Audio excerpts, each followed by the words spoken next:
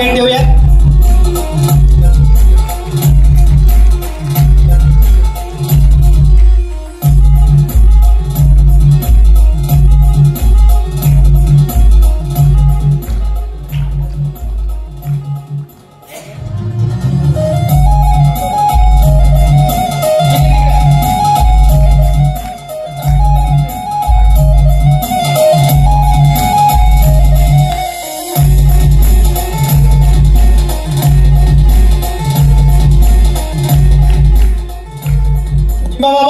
यांचाही सत्कार आपण या ठिकाणी करूया. माननीय प्रकल्प अधिकारी साहेब आपणास विनंती आहे की या ठिकाणी निंबाबाबा हे उत्कृष्ट पावरी वादक आहे. त्यांचं वय 102 वर्षाचं आहे आणि या वयात आज सुद्धा त्यांनी 10 मिनिटं पावरी सतत वाजवली. एवढा स्टॅमिना बाबांमध्ये आहे आणि बाबांचा आपल्या व्यासपीठाकडनं या ठिकाणी सन्मान आपण करूयात. मी साहेबांना विनंती करतोय, साहेब आपण पुष्पगुच्छ आणि उपहार देऊन बाबांचं स्वागत करावं.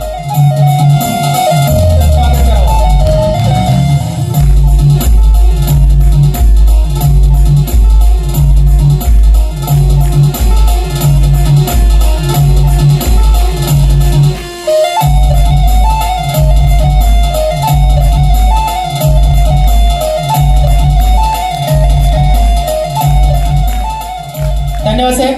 त्यानंतर माननीय अनिल मानसिंग वसावे जे आंतरराष्ट्रीय गिर्यारोहक आहेत, त्यांचाही सन्मान आपण या व्यासपीठाच्या वतीने करूया. मी गणेशजी गावी त्यांना विनंती करतोय. गणेशजी आपण अनिलजींचं या ठिकाणी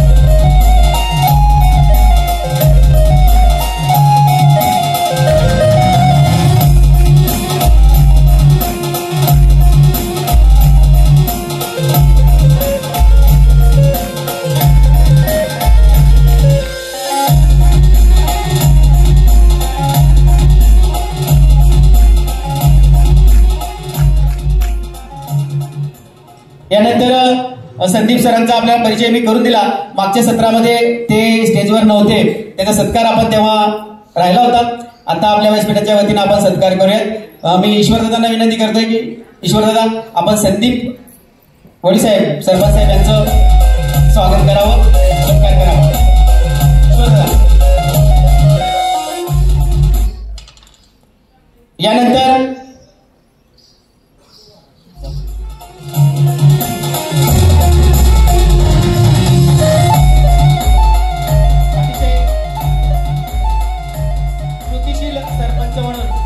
ओळख आहे, खूप सारे मित्र त्यांनी जमवले आहेत आणि खूप सारी ओळख ठेवून त्यांनी आपलं काम पुढे सुरू ठेवलं आहे. धन्यवाद संदीपजी. यानंतर आजच्या या कार्यक्रमाचं आपण गेल्या काही महिन्यापासून याचं आयोजन होतं. याचं विषयीचं आजच्या विभागीय फेरीचं प्रास्ताविक करण्याची विनंती मी आमचे वीरेंद्र दादांना या ठिकाणी करतो. वीरेंद्रजी आपण आजच्या कार्यक्रमाचं प्रास्ताविक करावं.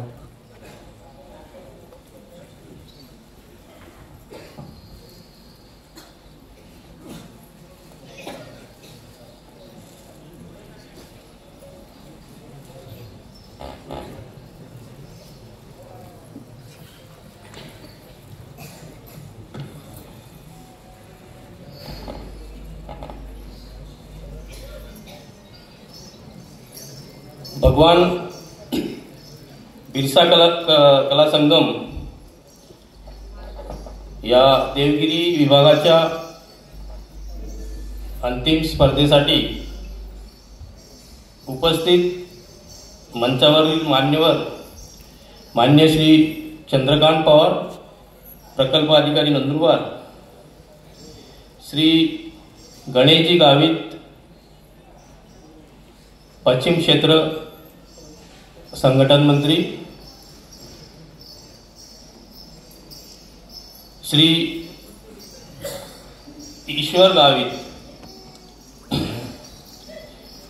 आदिवासी रूढी परंपरा याविषयी त्यांचं या संस्थेचं खूप मोठं काम आहे. श्री संदीप वळवी, सुदर्शन संस्था, ज्येष्ठ कलाकार किंवा ज्यांनी आतापर्यंत आपली सगळी कला जोपासली आहे आणि ती कदाचित शेवटचे या वाद्याचे वादक असतील, श्री निंबा वळवी, उपस्थित सर्व मान्यवर बंधू आणि भगिनींनो, मागच्या 4 महिन्यापासून महाराष्ट्र राज्यात आदिवासी विकास विभागामार्फत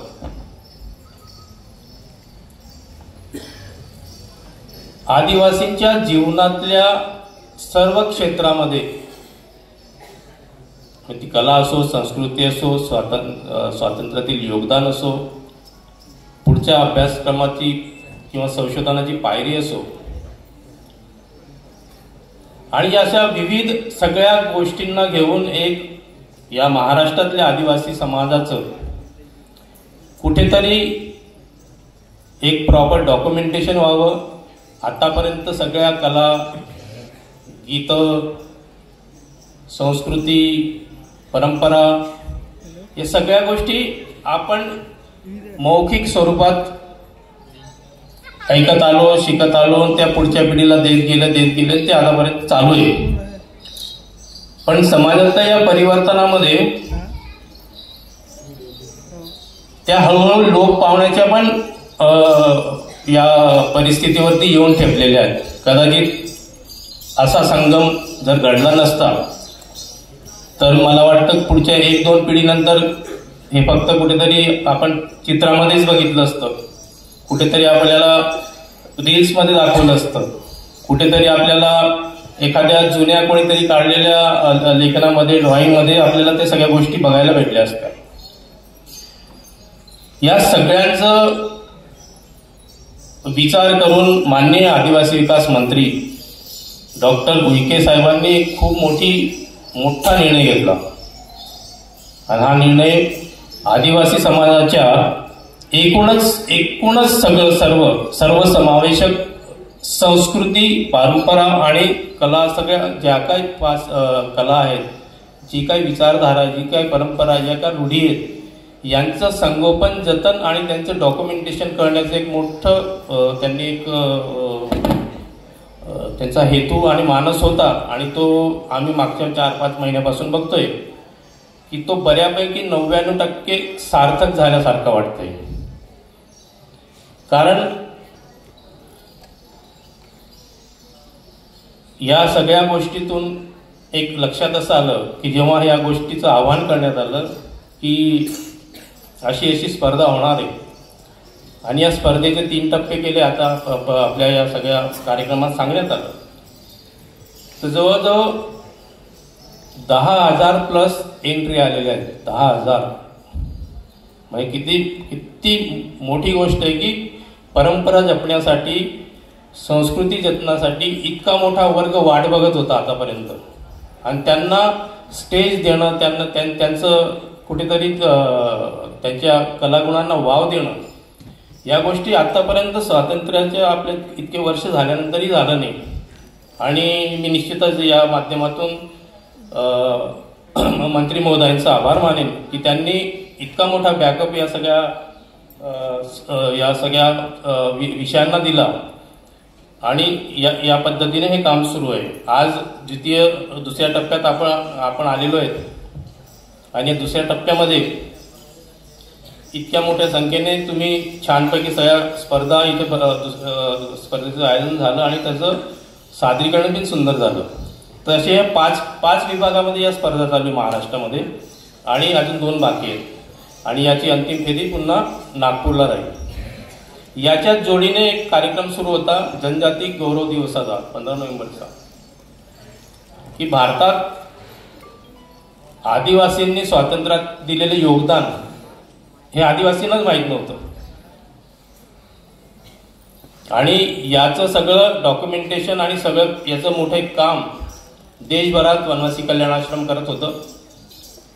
आणि ते सगळं केलेलं संकलन म्हणजे आपला इतिहास जर बघितला तर महाभारत, रामायण, तर आतापर्यंतच्या स्वातंत्र्यामध्ये किंवा आपले अस्तित्व टिकवण्यासाठी किती मोठमोठ्या क्रांतिकारकांनी आणि योगी लोकांनी आणि ज्यांचं देवापर्यंत नाव घेतलं, असं भगवान बिरसा मुंडापर्यंत आपलं योगदान आहे. आणि याचा इतिहास सगळा या महाराष्ट्र शासनाने आणि त्यातल्या त्यात आदिवासी विकास विभागाने तो संपूर्ण आदिवासीपर्यंत पोहोचण्यासाठी आदिवासी आश्रमशाळा असतील, वसतिगृह असतील, त्या व्यतिरिक्त वेगवेगळ्या जिथे आदिवासी विकास विभागाकडून फंड केलेल्या जाणाऱ्या संस्था असतील, शैक्षणिक संस्था असतील आणि देशभरातले विविध महाविद्यालय, महाराष्ट्रातले महाविद्यालय आणि विद्यापीठ इथे एक विशेष योजनेमार्फत तिथे संशोधन सुरू आहे आणि जवळजवळ 75 आदिवासी क्रांतिकारकांचं एक पुस्तक आदिवासी गौरव दिवस गौरवशाली इतिहास याचंही पुस्तकाचं आणि त्या सगळ्या आदिवासी क्रांतिकारकांचं योग्य सन्मान या देशभरातल्या क्रांतिकारकांमध्ये आपण तिथे नोंद घेण्यास सरकारने भाग पाडलं आणि त्याचा प्रचार प्रसारही करण्यात येतोय. मला वाटतं या माध्यमातून आदिवासी समाजातला एक आत्मसन्मान वाढेल. या प्रत्येक गोष्टीतून पुढच्या पिढीला आपण काहीतरी अजून भरीव देऊ. आपल्या या सगळ्या संस्कृती जतनामध्ये आपण सगळ्यांनी जो उत्स्फूर्तपणे भाग घेतला, प्रगती फाउंडेशन आणि या आदिवासी विकास विभाग आणि कल्याण आश्रम या सर्वांतर्फे हे प्रयत्न सातत्याने चालतील. आपलं असं सहभाग आणि योगदान राहू द्या. धन्यवाद. धन्यवाद वीरेंद्रजी. आपला अमोल मार्गदर्शन आपण सगळेजण त्यांच्या आव्हानाला साथ द्याल अशी अपेक्षा करतो आणि माननीय चंद्रकांतजी पवार साहेब यांना विनंती करतो की साहेब आपण आपलं मत या ठिकाणी व्यक्त करावं.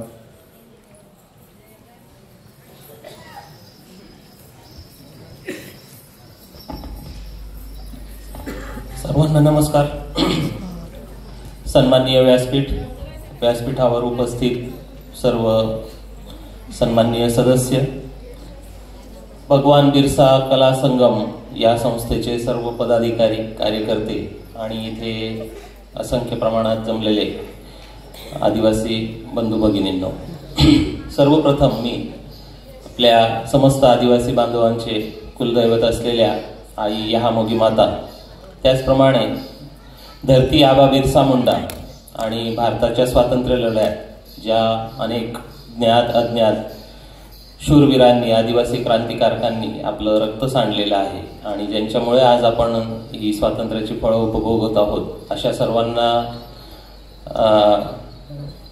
सविनय प्रणाम करतो.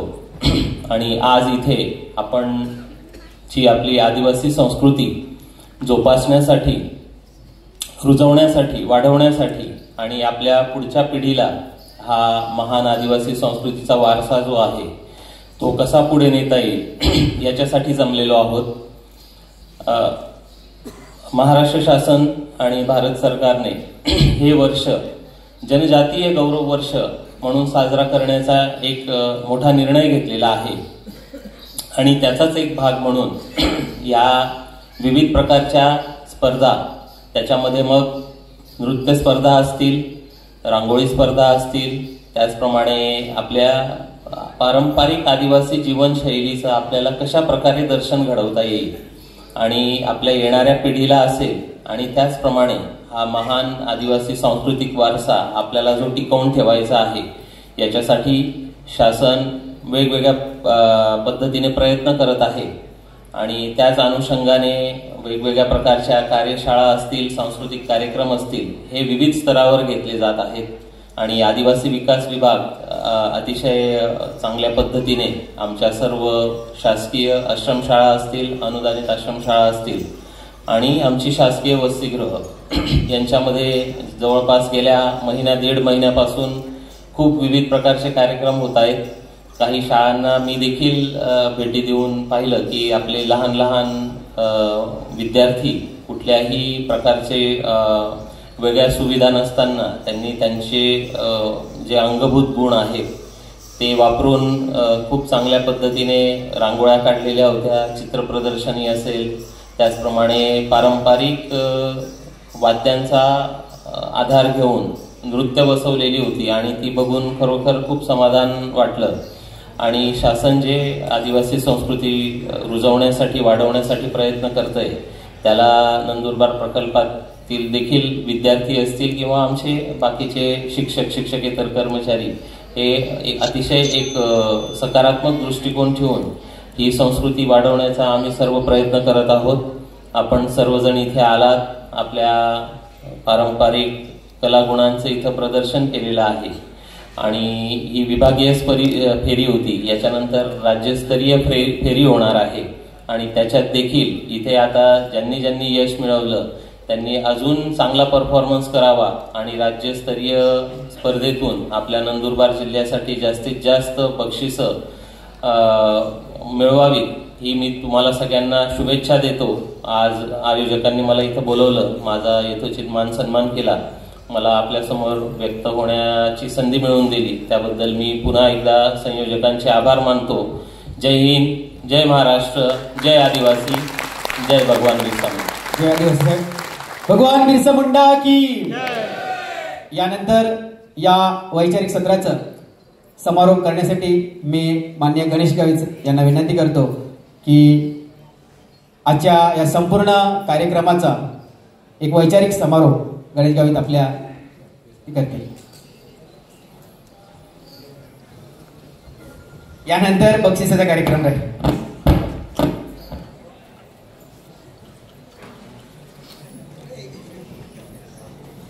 मंचावर उपस्थित पवारसाहेब प्रकल्पाधिकारी तसंच वीरेंद्रदादा, संदीप, ईश्वरदादा आणि आपला निंबाभाऊ, सगळ्यांचं या कला मंचाच्या वतीने सगळ्यांचं मी स्वागत करतो. कारण सगळ्यांना दूर दूरून आले. असं आहे की देवगिरी विभाग हा जो विभाग आहे तर याच्यातले खानदेश मराठवाडा अगदी बीड पासून कार्यकर्ते म्हणजे त्या कला करणारे कार्यकर्ते आलेले आहेत. म्हणून काही मी जास्त वेळ घेणार नाही. समारोप म्हणजे एक औपचारिक आहे म्हणून मी समारोप करणार आहे आणि अजून बक्षीस वितरण पण आहे. असं आहे की आपण वर्षानुवर्ष ऐकत येतो आहे की भगवान बिरसा मुंडा, भगवान बिरसा मुंडा, धरती आबा, भगवान बिरसा मुंडा, हे सगळ्यांना माहीत आहे. हे जे आपले पूर्वज हे होऊन गेले, हे आपले सगळे अस्मिता अस्तित्व हे टिकून ठेवणारे हे पूर्वज आहे. पण हे यांना लागून जो आदिवासी समाज आहे, आपला आदिवासी समाज हा महान संस्कृती, परंपरा, कला, विविध नृत्य, गायन सगळं टिकून ठेवणारा हा आपला वनवासी आपला आदिवासी समाज आहे. म्हणून ही परिस्थिती कसं काय आलं की आत्ताचा काळ जो आहे पूर्वी ना आता हा खूप मोठा फरक आहे. आता असं वेळ का आली की आपण एवढं आदिवासी विकास विभाग आणि प्रगती प्रतिष्ठान, कल्याण आश्रम असं करून एक बक्षीस ठेवून सगळ्यांचं एकत्रीकरण करू, हे तर आमच्या पूर्वजांचं करत आलेले आहे. गावागावामध्ये एकत्रीकरण, लोककला सादर करता, नृत्य सादर करता, लग्नगीत आहे, सगळ्या गोष्टी आपण करत राहतो. पण असं आहे की आता या आजच्या युगामध्ये परिस्थिती वेगळी आहे. जेवढी कला, नृत्य, गायन, नाचणं सगळ्या गोष्टी आहे हे विसरत चालले. आणि आपले लाडके आदिवासी विकास मंत्री डॉक्टर प्रकाश उईके साहेबांनी हा एक संकल्पना मांडली आणि गेल्या जुलैमध्ये ही मुंबईमध्ये एक बैठक झाली. या जुलैमध्ये एक विषय झाल्यानंतर आपण असं करू शकतो का, असं वेगवेगळ्या संस्थांना बोलवलं, त्यांच्यासमोर त्यांच्या मनातला विचार केला आणि सांगितलं. आणि तो सांगितल्यानंतर आपण एकदम असं सांगितलं ठीक आहे आपण करू शकतो असं. म्हणून आता प्रास्ताविकेमध्ये आणि अशोक पाडवी सरांनी आणि वीरेंद्र भाऊने सांगितलं 10,000 लोकांनी कलाकारांनी रजिस्ट्रेशन केलेलं आहे. आणि आपले हे जुलैपासून नावही दिलं गेलं. पूर्वी आगामी येत आहे लोककला संगमचा कार्यक्रम आपला करायचा आहे. नाव काय, भगवान बिरसा मुंडा जयंती. 15 तारखेला ही 15 नोव्हेंबर जनजाती गौरव दिवस येतो आहे. त्या निमित्ताने आपल्याला हे लोककला संगम करायचं आहे असं ठरल्यानंतर पण आपल्याला भगवान बिरसा मुंडा काय करत होते, कोणत्या पद्धतीने आपल्या समाजाबरोबर आपल्या समाजातून मोठे होऊन गेले हे सगळ्यांना माहीत आहे. पण मी त्याला लागून ही रूढी, परंपरा, संस्कृती त्यांनीच सांगितलेली आहे. आणि ही संघटित युवा युवती कलाकार सगळ्यांना संघटित करण्यासाठी हे एक चांगलं मंच, एक चांगलं स्टेज आहे. जिथे श्रद्धा आस्था असेल तिथे संघटन मजबूत असतं. कारण या जनजाती समाजातला सगळा समाज एकत्र यावं म्हणून आपण जागरण करतो. म्हणून हे आपण लोककला संगम भरवलं आहे. असंच हे नागपूरला पण होणार आहे. जसं भगवान बिरसा मुंडाने सांगितलं, त्यांनी 11 आज्ञा दिलेल्या आहे आपल्याला, माहीत आहे का सगळ्यांना? त्या 11 आज्ञांच्या नुसारच हे लोककला संगम. लोककला म्हणजे संस्कृती, संस्कृती म्हणजे रूढी, परंपरा, पूजा पद्धती. संस्कृती म्हणजे धर्म, धर्म म्हणजे संस्कृती. म्हणून बिरसा मुंडाने असं सांगितलं आहे, भगवान बिरसा मुंडाने 11 आज्ञा दिली आहे आपल्याला. त्यांनी सांगितलं आहे, घरासमोर तुळशी असायला पाहिजे, स्वधर्मावर आपलं जे काय, आपल्या स्वधर्मावर आपलं जे संस्कार आहे ते पाळायला पाहिजे. विदेशी या लक्षणे आहेत त्याच्यावर लक्ष नाही द्यायला पाहिजे. आपल्याला पूर्वजांचं मानपान ठेवायला पाहिजे. आई वडिलांचा पूजा करायला पाहिजे. आई वडिलांचं दर्शन घ्यायला पाहिजे. हे सगळं आहे भगवान बिरसा मुंडाने 11 आज्ञा दिलेली आहे.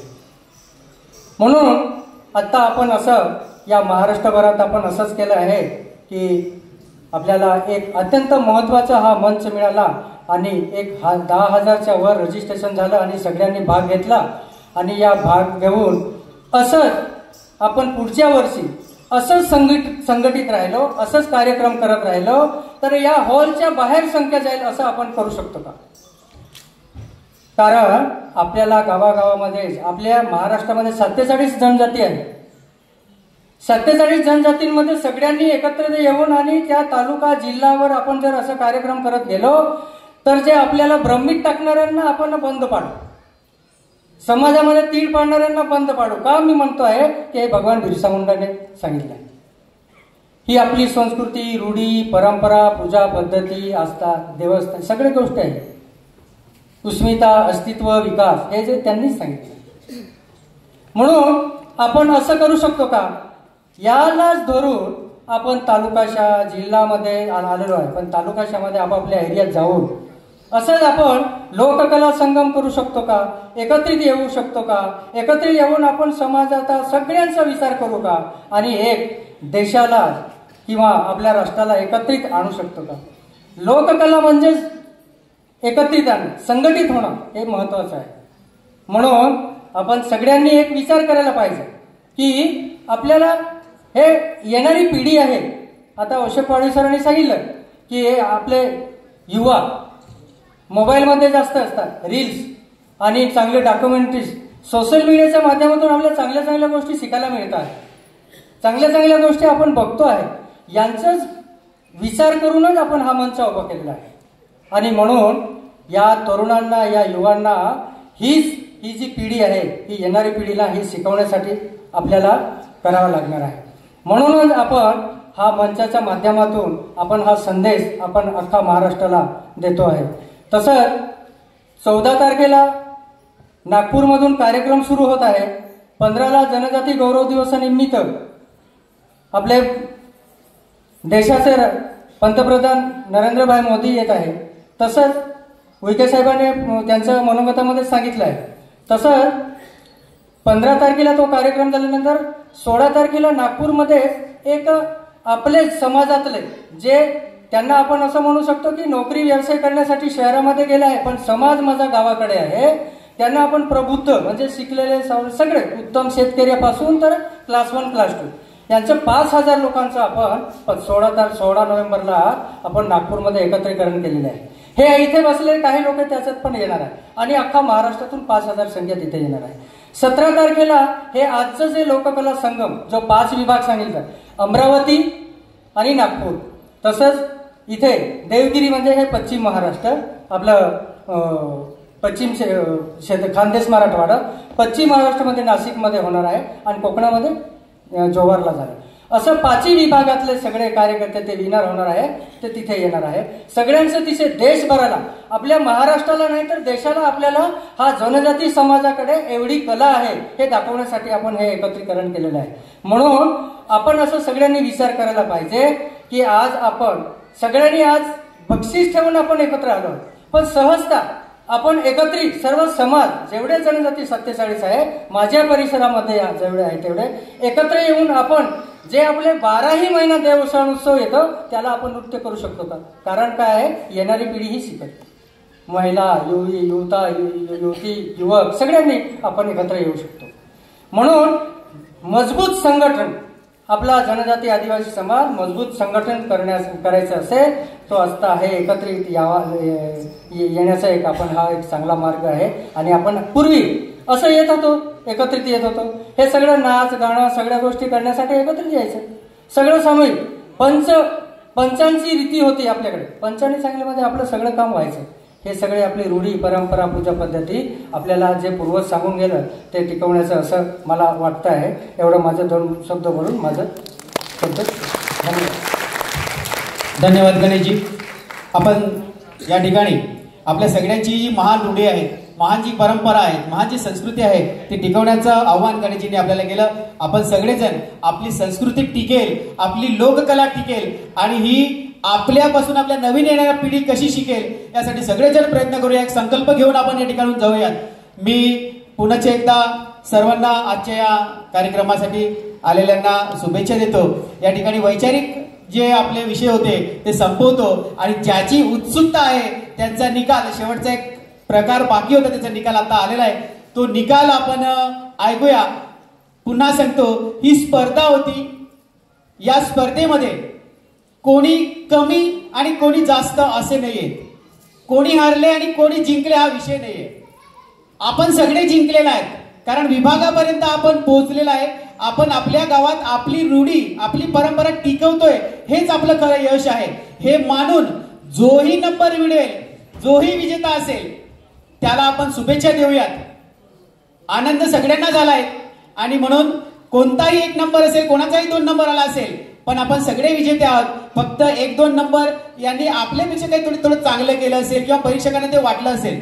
आपल्या सगळ्यांसाठी परीक्षक बाहेरचे आम्ही आमंत्रित केले होते. मी परीक्षकांना या ठिकाणी आमंत्रित करणार आहे आणि त्या सर्व परीक्षकांचा एक सन्मान आपण या ठिकाणी करूया. निकाल येतो तोपर्यंत जरा वेळ होते, त्याच्यामुळं निकाल घेण्यासाठी परीक्षक तर लवकरच येतील, पण पुढचा निकाल मी जेव्हा वाचेल ते ज्याचा नंबर आलेला असेल त्या टीमने पटकन यायचंय. आणि मी तुम्हाला आधी बोललो होतो की सगळ्यांचा सन्मान आम्ही करणार आहे. आपल्या कार्यक्रमाच्या ठिकाणी आम्ही उपरणं पाठवणार होतो आपल्यासाठी, जे स्कार्फ तिथे सत्कार केला, पण ते सत्कार तिथं होऊ शकले नाही. त्याच्यामुळं जेव्हा तुम्ही प्रमाणपत्र घेऊन जाणार तेव्हा प्रत्येक कलाकारासाठी एक स्कार्फ आम्ही देणार आहे. त्या प्रमुखाने सगळ्या कलाकारांना तो द्यायचा आहे. इथंच दिला तर अतिउत्तम किंवा नंतर दिला तरी चालेल, पण याबाबत मी दिलगिरी व्यक्त करतोय आणि तुमचा उचित सन्मान या ठिकाणी कलामंच करण्याचा प्रयत्न करते. सर्वप्रथम आता ऐकूयात जे परीक्षक होते त्या परीक्षकांना या ठिकाणी आमंत्रित करतो. माननीय आदिवासी विकास मंत्री महोदय यांनी त्यांच्या सहीचं एक सन्मानपत्र त्यांच्यासाठी पाठवलं आहे. कारण आपण तर स्पर्धक असतोच, पण खरं खोटं चांगलं काय आहे आणि चांगल्यातलं गुण पारखायचं काम परीक्षकांनी केलेलं आहे. ते बाहेरून आलेले जे परीक्षक आहे त्यांना मी या ठिकाणी आमंत्रित करतो आणि त्यांचं मान्यवरांना या ठिकाणी विनंती करतो की आपण आपल्या शुभ हस्ते या सर्व परीक्षकांचा आपण सत्कार करायचा आहे. सर्वप्रथम नृत्यासाठी रुपेश कोडीकर सर होते, प्राध्यापक आहेत. आदिवासी संस्कृतीमध्ये त्यांनी डॉक्टरेट ही पदवी मिळवलेली आहे आणि महाराष्ट्र कल्चरलचे जे धोरण आहे या धोरणाचे ते सदस्य आहेत. सरांनी खूप छान प्रश्न पण विचारले होते. त्यांचा सन्मान माननीय प्रकल्पाधिकारी महोदय यांनी करावा. एक सन्मान चिन्ह आहे आदिवासी विकास विभागाचं, ते आपण प्रदान करावं. सर्वच स्टेजवरच्या मान्यवरांनी या ठिकाणी उभारायचं, आपल्या एकमेकांचे हस्ते हे बक्षीस आपण द्यायचे. त्यानंतर वाद्यामध्ये जो जगन हेलिम सर या ठिकाणी होते, त्यांना या ठिकाणी आमंत्रित होतो. जगन सरजी आपण कुठं असाल लवकर यायचंय. मान्यवरांनी विनंती करेल की जगन सरांचे आपण परीक्षक म्हणून त्यांनी वाद्याचं काम पाहिलंय. त्यानंतर गायकमध्ये हरेंद्र सोसने सर होते, ज्यांनी गायकचं काम केलंय, त्यांनाही मी या ठिकाणी आमंत्रित करतो. जगन हेलिम सर मला वाटतं या ठिकाणी सर आहेत. माननीय वीरेंद्रजी आपण आपल्या शुभ हस्ते सरांचा या ठिकाणी सन्मान करावा. परीक्षक आहे यांनी आपले सगळे नृत्य पाहिले आणि त्यांनीच निकाल दिलाय, म्हणजे सर हे पास नापास करणारे.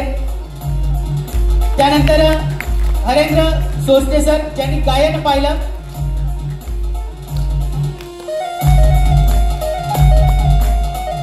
ही सर्व टीम मुंबई पालघर या ठिकाणून आलेली आहे.